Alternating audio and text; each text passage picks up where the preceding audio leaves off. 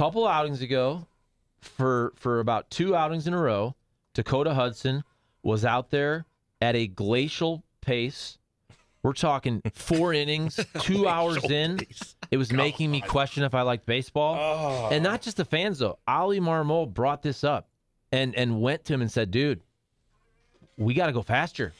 Our defenders are taking naps out there. Yeah, man. And I'm not saying this is the only reason, but since then, he's sped it up, and he's been really, really good. I think what's funny about Dakota Hudson, we've seen this for years now. You have all these folks, and by the way, the folks that are saying this, they're very smart, and they know the peripheral numbers, and they know all the analytics. There are all these analytics that keep saying Dakota Hudson can't keep this up because he doesn't strike out a ton of guys, and he'll have a higher FIP. Your fielding independent pitching stat, basically. And he usually always outperforms those numbers. And after a while, you have to say, well, this is what that dude is, because he's not a strikeout guy, but he throws these heavy bowling ball sinkers, and it's really hard to elevate those. Yeah. So he's not going to punch out a bunch of guys, but it's hard to string runs together against him because you got to usually string together 2 to 3 hits. He's going to get a lot of ground balls. Even if his hard contact comes, it's probably a hard ground ball. Okay, and if that finds the hole a couple times, you're okay with that. Yeah. But after 3-4 years, I do think we have to say, hey, Dakota Hudson, he's pretty good.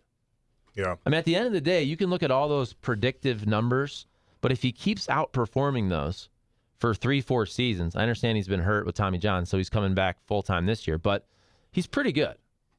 He's pretty dang good. When Dakota Hudson throws strikes, I mean, he gives you a great opportunity to win a game. I've never understood, like Charlie just hit the nail on the head with all of the analytics guys look at Hudson because he's not a strikeout pitcher, and they just say, well, no chance. Yeah. But all these strikeout pitchers, it comes hand in hand with walks. And I don't know. I don't know how the analytic game changed from deciding that, like, allowing walks was okay because you also feature strikeout stuff that bails you out of those things. But then that also ups your pitch count, so then you're going 5 innings. Yeah. And if you throw 102 miles an hour, they love you. Yeah. Even if you can't throw strikes. Throw that heat, baby. How'd O'Neal look? He looked pretty singles. decent. Jack still? We haven't seen him in a while. He didn't have a great at-bat late in the game with a chance to extend the lead. He was late on a few fastballs. The guy was just dialing up 95, 95, 95. Couldn't catch up to it, and then he was he was caught sort of staring at a good breaking ball. But He got a hit, didn't he? he had 2 singles. Okay. But that was actually, maybe it had to do with the shoulder impingement, if you will, but it was sort of bizarre. I mean, he was late on fastballs, which, I mean, this guy feasted on fastballs last year. Got to find his timing down, baby. 855-282-8255. Sonny episode was fire, Cam. Thanks, dude. Sonny was awesome, man. He loves his Stellas, chilled out, talked to us for an hour and a half. Got some good clips. We'll play a clip today, too. We got one of him getting knocked out by Tom Wilson. And then Marcus Foligno kind of came to his rescue. Had nothing to do with him. Not on the same team, but just came up to him one time. It was pretty cool. So how many Stellas during the 90 minutes? I don't know, because he's still – I don't like to do that with guys that are still playing or current, But he's cool. No, I'm not criticizing. No, but it's like if it was Walt, I'd be like, I don't give a damn. But Sonny's still in, so I don't like to. I like to chirp myself for how many beer I drink. But he was in there doing it, and he was getting loosey goosey and having a good time. Sonny is a cool guy. Tim Van Gelder chimes in and goes, Cam, the entire construction and delivery world is rolling at 5:30. Yeah, I get you, man. I know. Manchester's not too bad at 5:30 at all. It's quite nice. Except for the potholes. So to get back real quick to the Dakota Hudson conversation, I understand why people say this because these numbers are really stark in terms of the contrast between some of his numbers and then the ERA stat. His career ERA is 3.06. His career FIP is 4.58. We're talking 1.5 runs different. And that's in the course of 5 different big league seasons over the course of over 300 innings. So it's not a ton of innings, but 300 innings over 5 years. And also his whip is 1.3. That's pretty dang high. There was a year where he led the league in walks. So I understand why folks say that. They'll look at the FIP, they'll look at the whip and they'll say, man, this guy has a lot of traffic on the base pass. Eventually that's going to catch up with him, but it hasn't yet. Yeah. Like we saw that last year. Remember John Gant? John Gant early in the year was really good in terms of his outcomes, but he was walking a million dudes. Same with Alex Reyes. Early in the year, Alex Reyes was putting a lot of traffic on the base pass. He was walking a lot of dudes, but he was getting away with it. Well, over the course of 162, you usually don't get away with it. And that's what happened with both John Gant and Alex Reyes. Eventually, you put two guys on, they start hitting some 3-run homers, where earlier on you're getting out of those jams. Yeah, I get you on that. that. But so far with Dakota Hudson, those numbers have been there. The whip and the FIP have been there for 5 seasons, basically, and he continuously outperforms those. The whip? How about Alex and Reyes the under surgery again? Poor guy. Yeah, you feel bad for that dude. Man, he's been through some tough times. Although he did punch a wall, I think, and hurt his hand one time, so I don't feel sorry for him for that one. But, man, I remember that guy. I was working at ESPN with Randy Caricature, and I don't know who else was on that show at the time, but I remember doing that, and I remember that I was live with them, and he made his start, and we're watching the game, and it was like, damn, this guy, it looks like the real deal. He was throwing heat. Like, I was, like, pumped up for him, and that seemed like forever ago, man. What was that, in 2016 when he made his debut? Sounds right. So that's 7 years later. What is he, almost 30 now? That's where, as good as the Cardinals have been in the last, let's say, 5, 7, 8 years, and they could be better. We all know 2011 to 2015 was much better. But you've also had some really bad luck with your absolute top position player prospect, clearly, with Oscar Taveras. I mean, it can't get any worse than what happened to Oscar Taveras. Your best position player prospect, essentially since Albert Pujols, passes away before he even can make an impact at the big league level, and all the tragedy along with that. And then it's a different scenario, but Alex Reyes was also the number 1 prospect in all of baseball. And because of injuries on his end, you just wonder if he'll ever, I mean, I don't know. Will he ever reach that potential? What is he? So he said Tommy John. He's had everything. Like everything. If you go the kinetic chain up the arm, man, the shoulder, the labrum, the lat, I mean, I don't know specifically, but he's basically had almost every single one of those. Oh, yeah, dude. When was the last time he even threw? Well, he was an all-star last year. So last year was his last, and then he had to get surgery. Well, remember his last pitch? Oh, yeah. Remember he did go through was Chris nice Taylor. Run. Yeah. All right. Man, I feel bad for him. God, just coming back from injuries. I'm telling all you guys. Like, I do not want to get injured. Charlie and I were talking about riding bikes, like not on the street, by the way. Don't get me started on that. But like, it's so difficult to come back from rehab, even in the pros when you have catered people, but it's a pain. It's so depressing. It is. You can never get to that point. Like, you're always looking at yourself. I can't work out today. You're watching the years go by. Who knows what you're getting hooked on? That's another thing. But even as a non-athlete, like as an athlete, at least you have people catering to you. When you get injured as an everyday dude, at the beginning, I said this before, people are going to be like, oh my God, what happened? Oh my God. And then they're going to be like, you're a pain in the ass. You're a pain in the ass. I got to cater to you now because what'd you do? You fell off the boat. I don't want to get hurt.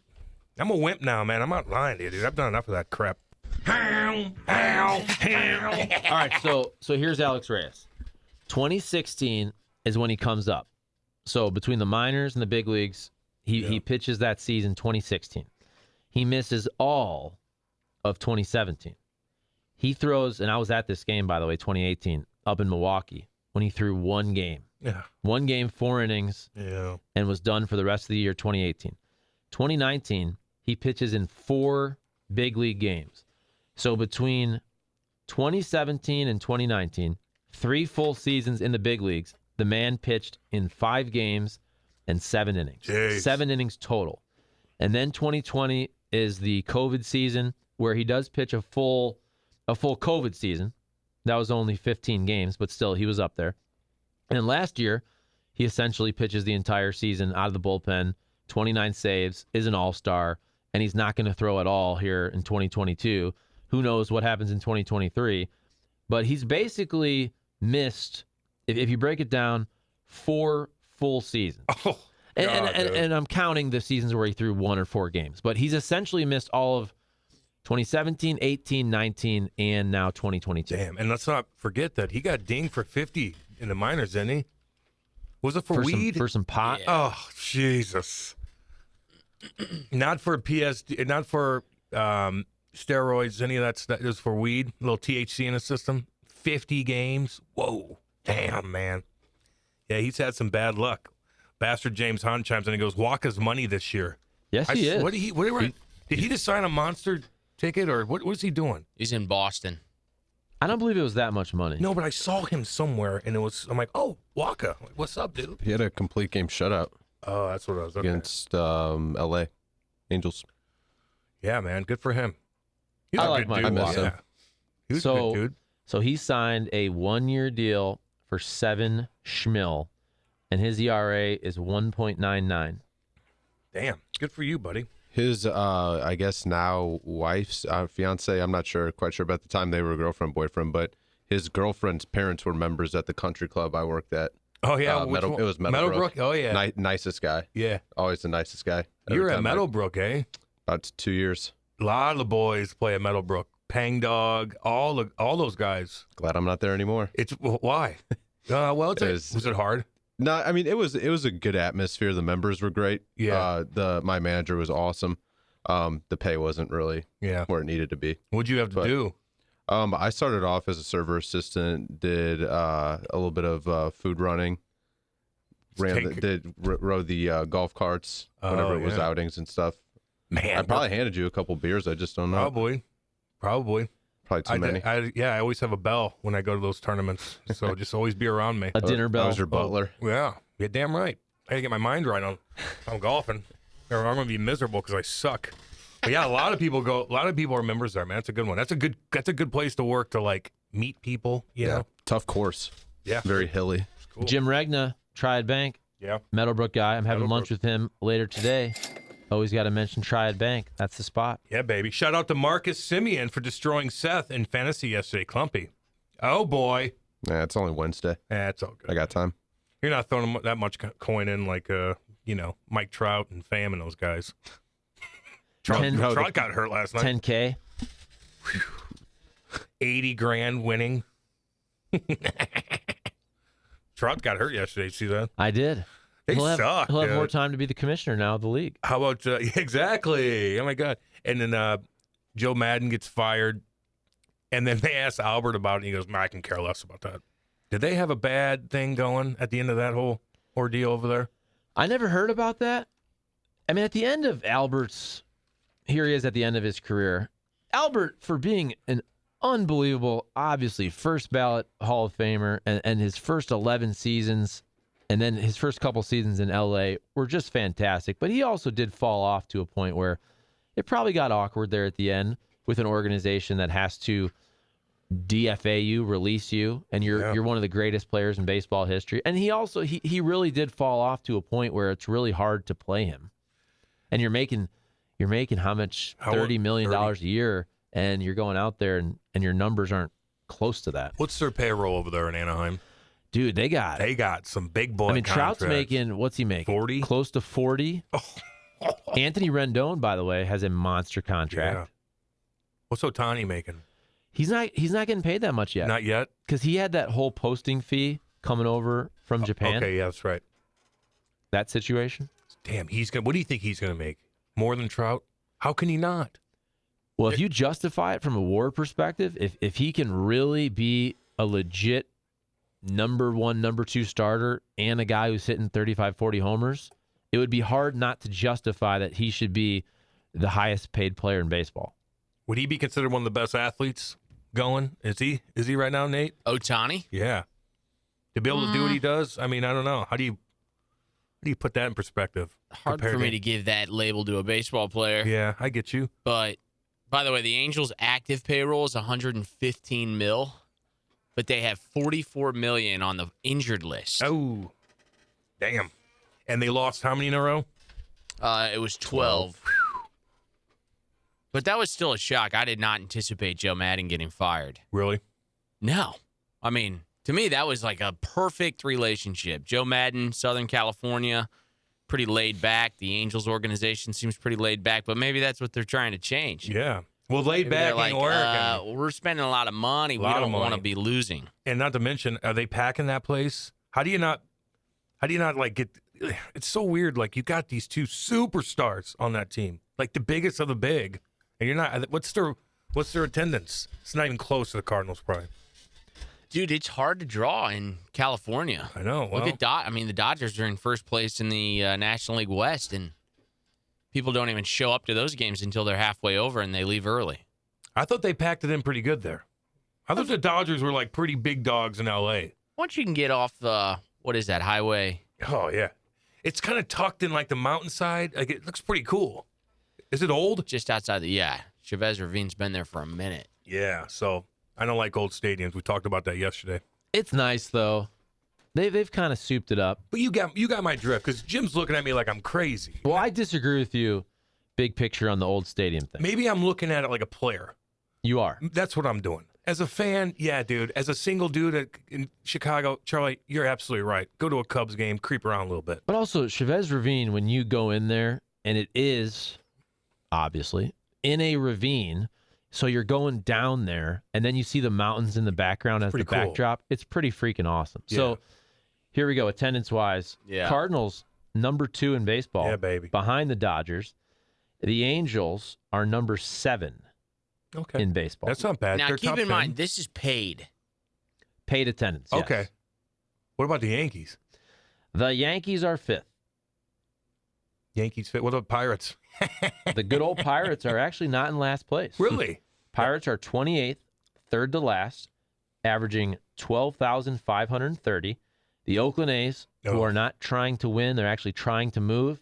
They are in last place with a little over 8,000 fans per baseball game. Hey, somebody wrote a good article. I actually, it was Jeff Gordon about the Rays talking about their standard operating efficiency. They're kind of pumping the tires of how they do business down there in Tampa Bay as an organization. Oh, yeah, in terms of how they spend their money and how good they are, Yeah. they're probably the best in baseball, Really? just over time. Now, Andrew Friedman was there for the first half of that, and he now left and is with the Dodgers. But still, Tampa Bay, they know how to run a baseball ops department. And they still won out of there?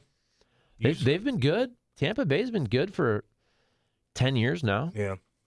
You go back to that Longoria team that went to the World Series. Yeah, I get you, man. I will say this. PNC is an extremely nice ballpark. 100%. Oh, Beautiful. is that Pirates? Yeah. Oh, yeah, absolutely. Now, the Oakland A's, I mean, as a player going, hey, everything's dumpy, dude. Well, that's the thing. It's just dumpy. When you talk about baseball stadiums, you can have the new ones where everything's cool, bells and whistles, and Yeah. I appreciate that. You can have the old school where you have the nostalgia. To me, that's Wrigley, Fenway, Dodger Stadium. Oakland has neither. They're nothing. Oakland is not even a baseball stadium. Yeah. Oakland is a football facility that they try to cram baseball into. It's never looked right. The seating looks weird. You have to canvas off and tarp off parts of the stadium because it's built for football. It's just never really looked right. It's like the crappier, older version of Brooklyn, what do they call it, where the Nets played, where the Islanders played for a little bit, where like, I remember going in there, you have to take an elevator down with your bus, and it goes, and you get off of it, and the locker rooms are like NBA locker rooms, which, don't suit hockey guys because we have a lot more guys in there. Just everything's goofy. Or is that the Barclays Center? The Barclays Center, yeah. Dump. New dump is what it is. Not an old dump, it's a new dump. But it's probably good for basketball. I don't know. I don't care. It was crappy for hockey. Half the people, there's a side of the set that everything's like off kiltered, where the red line is in sync with how the building's made. Goofy as hell. There's a section where 20% of the people can't see half the ice. It was still probably $100 a ticket there. What a joke. We need, though, because we're still on the topic of Cardinals baseball and all Yeah. that, we need to talk about this Nolan Arenado play. Oh, Yes. yeah. Because Let's hear it. watching it last night, and I said this on Twitter. You know how Twitter is. You say something, and people don't really hear what you say. They see or hear what they want to hear. And I said something along the lines of, I don't believe I've ever seen a third baseman make a play like that before. And so folks are going, oh, Brooks Robinson and Ken Reitz and Scott Rowland. And that's not what I meant. I wasn't saying Nolan Arenado is the greatest defensive third baseman of all time, although he might be.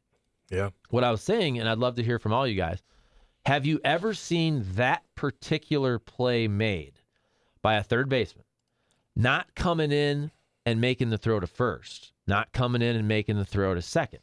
I can't remember in my lifetime of watching baseball ever seeing a third baseman charge like that and wheel in the exact opposite direction of where your inertia is taking you. Yeah.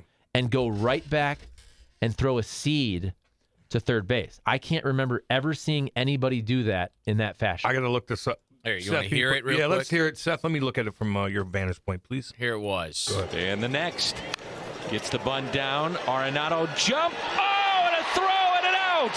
What a play. Nolan Arenado. Holy smokes. His back to third base. He jumps like Derek Jeter and fires a strike to third. It's the best. What are you going to say? Oh, my goodness. You got nowhere else to go. Dang D-dog. I remember seeing that highlight, and it happened so damn quick. I didn't know that was Nolan Arenado. I thought it was a pitcher.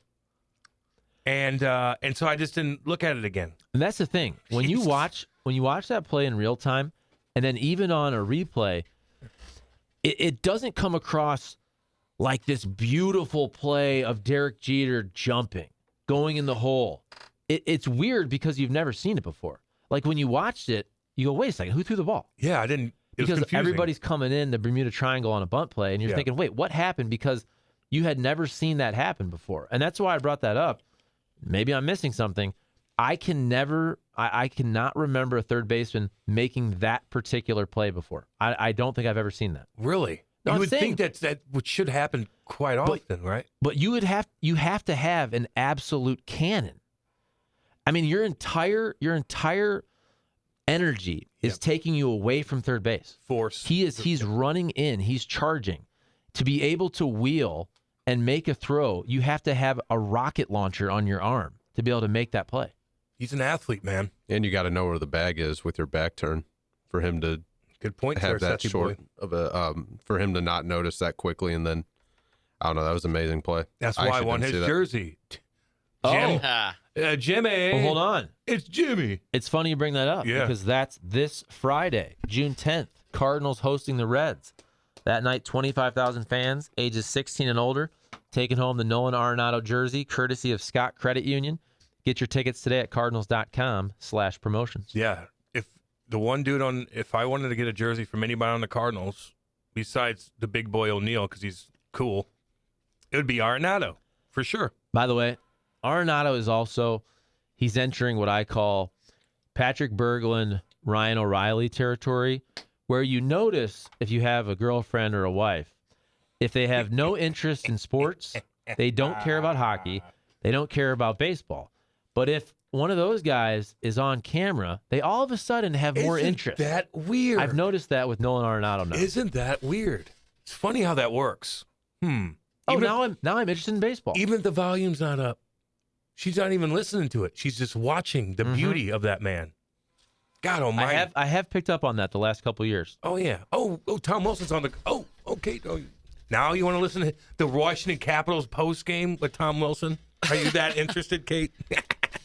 you do have a call, by the way. Who is it? It's your boy. What's up? Hey, how you guys doing there? Hey, There he is. There he is.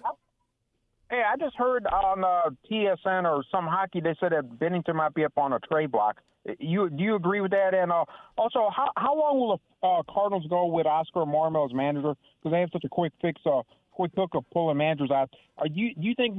Is this? Hold on a second. Hold on. Oh, skip. Is Oscar Marmol, is that Ollie's brother? Yeah, Oscar's a brother. Yeah, that guy. Yeah. Okay.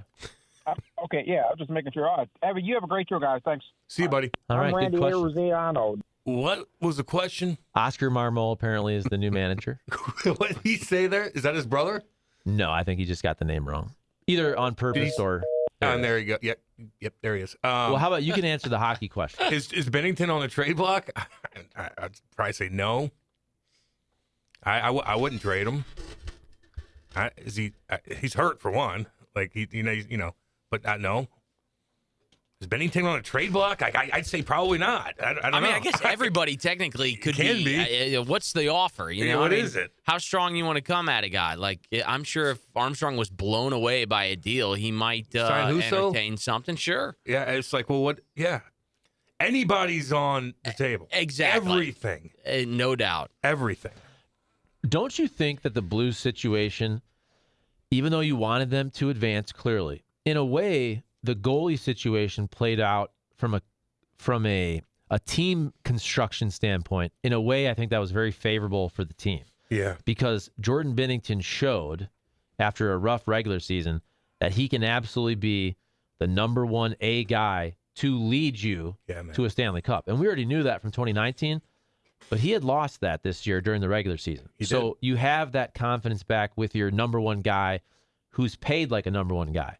Then even Ville Husso, who I think is going to leave, and I don't think he played really poorly, but I also don't think he played so well that now you're going to have teams just knocking on the door to sign him to a monster deal. He had some holes in his game. Like he was good, but he wasn't great, and I just wonder if he's hurt himself in free agency where he's not going to have as many suitors. Like he was making big-time saves in big-time situations, but he also let in some big-time goals that you could have stopped. Like, it kind of went back and forth a little bit. And it was his short side.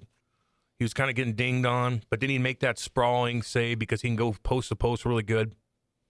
The only thing is that if you have the opportunity now to trade Bennington, I mean, he's getting a pretty big number, and he's got his trade value back. Yeah. So if somebody blows you away with an offer for Bennington, I really do think you got to listen to it. I know, but you're giving away the best goalie. Why give away the best goalie at its prime? Well, he wasn't the best goalie for a long time. Yeah, during the regular season, but then he was, and he's back, and he was unbelievable. He was actually unbelievable. Well, there's nothing that says that he was. I mean, yeah, he was back, but then to think that that's just going to automatically kick up again. Well, then what do? You gonna ride with Ville? Hey, that's why Doug Armstrong gets paid That's why a lot of money. Exactly. Drives a much nicer car than I do. I know, man. And he's got to make these calls. You know what I'm good at? I'm good at watching games and then breaking it down and saying, this guy was the best player on the ice. I saw this stupid play there. The refs suck. I like that part of it. But the trade stuff, it's like there's so many variables. I'm always wrong. Not to mention my business partner, Andy, is always in the mix, and I look like an ass, and he never tells me anything, but he always corrects me that I'm wrong. You know what I mean? Like I'm not calling Doug. I'm not calling anybody. He'd be like, hey, you got a scoop. I don't do that. I don't want to do it. That's his press. That's his job. Oh, he's on it, dude. He's on it. And they answer. They're not going to answer my call.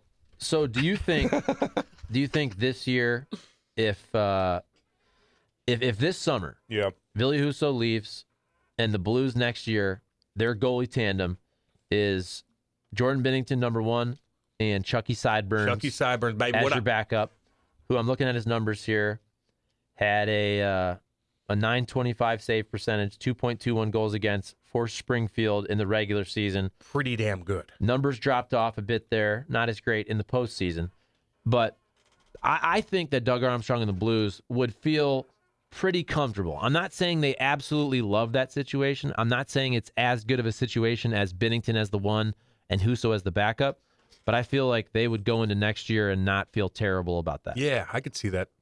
And Husso's going to want some money, man. You know, and there's a lot of teams that might throw some coin at him. Edmonton, I don't know. I mean, Mike Smith, my God. Floppy Flopperson. Like, you know how I always say, I don't believe in the theory of, well, they don't play good in front of the guy. You know, remember we always say that kind of like, the boys don't play good in front of Bennington. Like, no, they don't think about it. Like, you're not going back for the puck and be like, oh, God, I got to make a different kind of play because Benner's in net. Like, you're not, it's so quick. Everything's reactionary.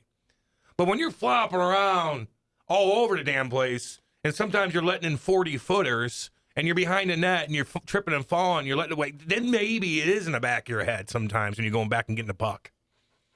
And I will say it is a little different when Husso's in the net for guys coming back to retrieve an outlet pass. he's not as crisp as Benner. So maybe that does affect your game a little bit. So I'm just kind of like talking in like a circle here, but no one's going into the game like, oh, I got to change my game a little bit, except for if the guy plays the puck a lot differently. You know? I hear you. Yeah, I hear you.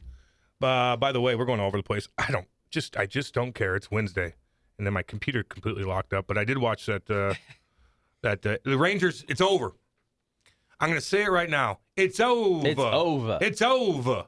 Want to hear your guy Patty Maroon come up big last night? Let's hear the big Crossing bite. Zach Bogosian across the New York line to the right circle. Knifing in front. Shot save made. Rebound score! Pat Maroon!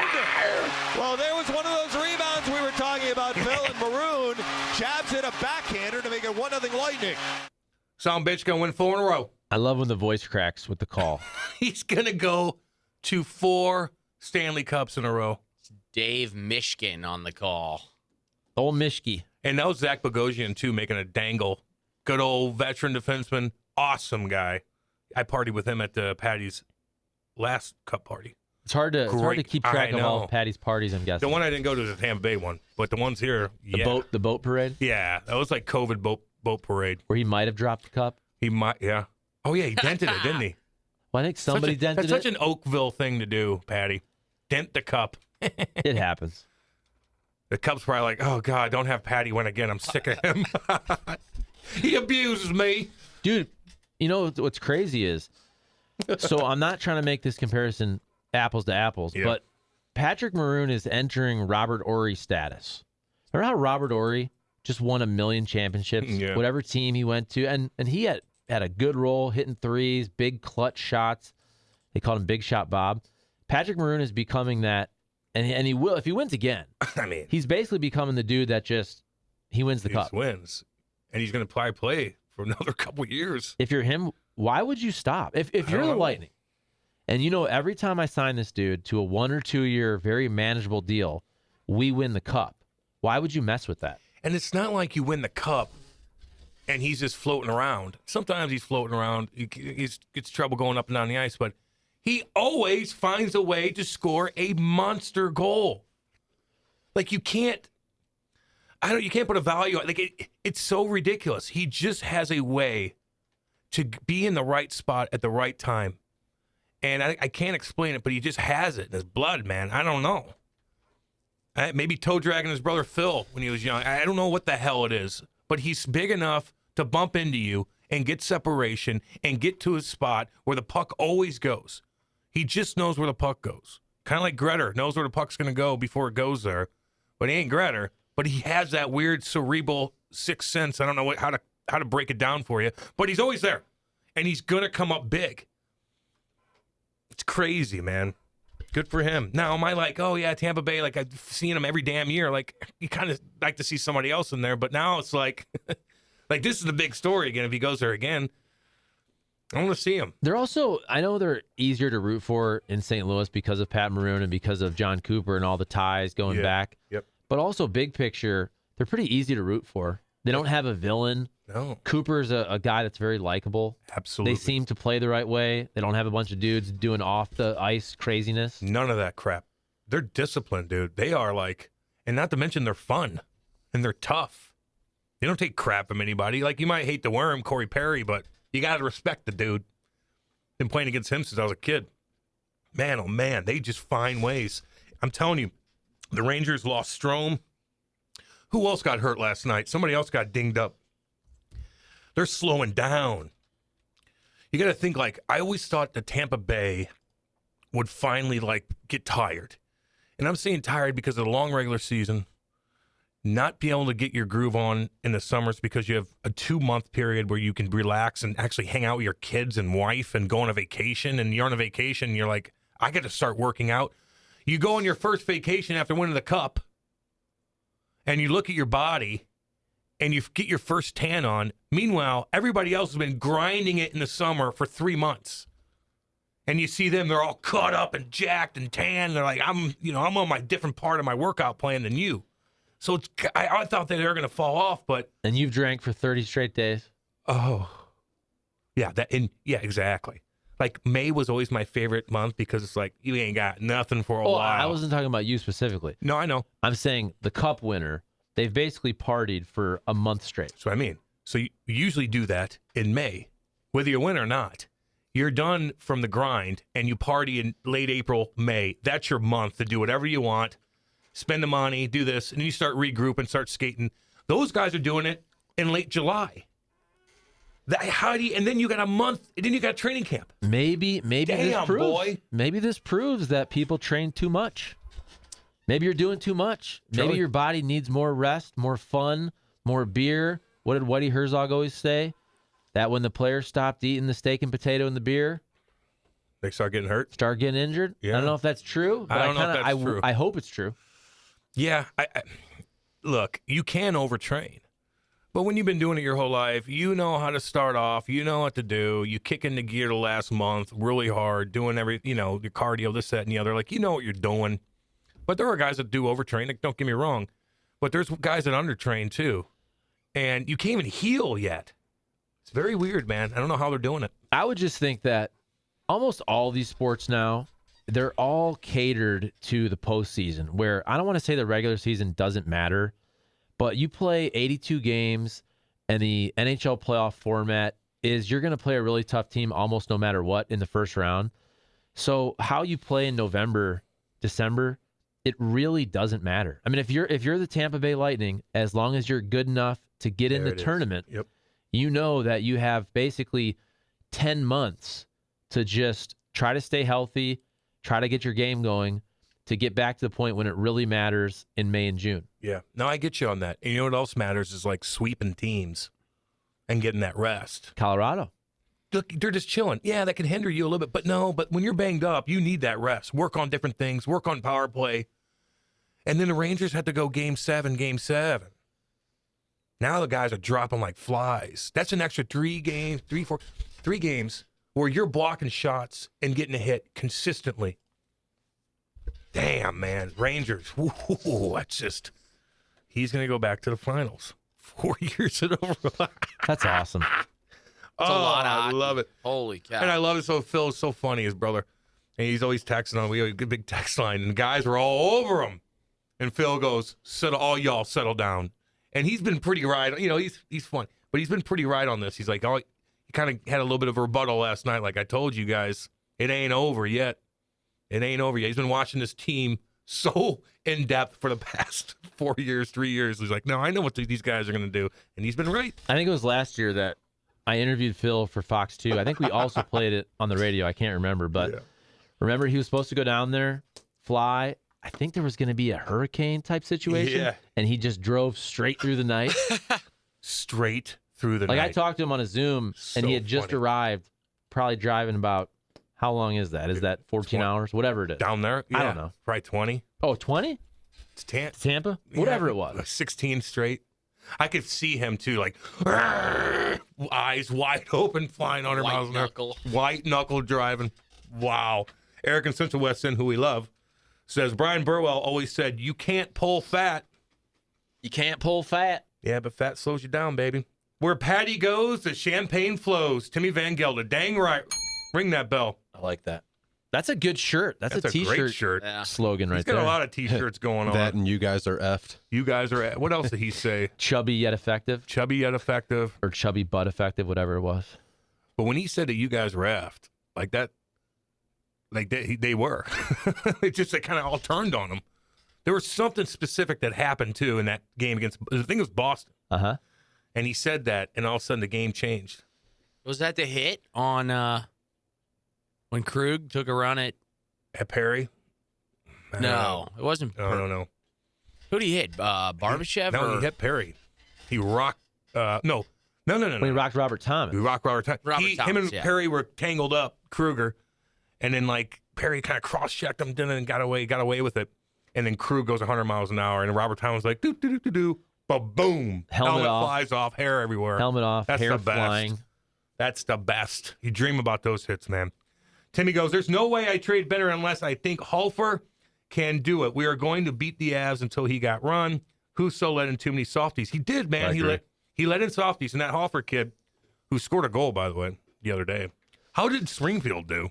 Did they go to the championship? Not that it really matters, but it's good to get these guys in some playoff games, Well, I noticed that Lindgren on his stats had played 3 games in the postseason. Yeah. And that kid, Joe Hofer kid, man, he scored a goal. It's pretty cool. When you're a goalie and you do that, it's pretty cool. It's like Mike McKenna did. Then I jumped him and piss pumped him with a couple of guys on the team back in juniors. Mike McKenna. Mike McKenna was on Frank's show yesterday. Oh, It really? was very good, yes. Very well spoken. Very smart dude. Very smart dude. Arenado's play last night was one of the best I've ever seen by a third baseman. I just can't see that. I can't believe another third baseman hasn't done that particular play. I know it's very difficult, but he seemed like I don't know. You have to have an absolute missile launcher for an arm to make that play. Yeah. First of all, you have to make the play, you have to catch the ball, and you're charging. But I think to wheel around again as all of your energy is taking you basically towards the dugout. Yeah, man. And you have to flip and throw a missile back. 180, quick 180 in the air. A lot of movement going on that play, a lot of athletic movement. How about Tommy being at third? That was a good play, too. Heads up. Move the Rays to Nashville and pump the Pirates to the AL East. Don't you want to keep them Pirates? Kind of nice to go over there and beat up on them. Beat up on them Pirates. Take a nice series from Pittsburgh. Guaranteed 3 out of 4. I think you definitely want to keep the Pirates in the division. The Reds, they're good, like 2 out of every 5 years. The Cubs are this big market team that pretends they're in the small market, which is pathetic, to be honest with you. Mm-hmm. It's really pathetic. If I'm a Cubs fan, I would be ticked. Yeah, man. 2 straight years. Last year, you dismantled that team that everybody loved. And I understand you probably made the right business decisions with Rizzo's pretty good this year, power numbers. His batting, he's never gonna hit a ton, especially with the shift. Bryant's banged up. Javi Baez. I mean, you let a lot of guys walk. This year, Wilson Contreras, you're probably going to let him walk. Kyle Hendricks. But if you're the Cubs, you're in the number 3 market in the country, and you're pretending you're poor. Yeah. Why? Because they can make money. Come on, Ty Wigginton made plays like that every day, Eric Cincinnati. I believe him. I believe him. He did not. Ty Wigginton. Good old Ty Wigginton. But you have a cup of coffee here or something? He signed a 2-year deal, and all due respect to Ty, he was a very nice guy. I remember being down there for that spring training, and he was a good dude and just forgot how to hit. He got to St. Louis. He was a good platoon bench bat for his career. Effective. He was chubby but effective. I think he played about 10 years in the league, and he got to the Cardinals and just forgot how to hit, and they released him right around, I believe, early July. In the first year of a 2-year deal. Oh, really? Never forget those.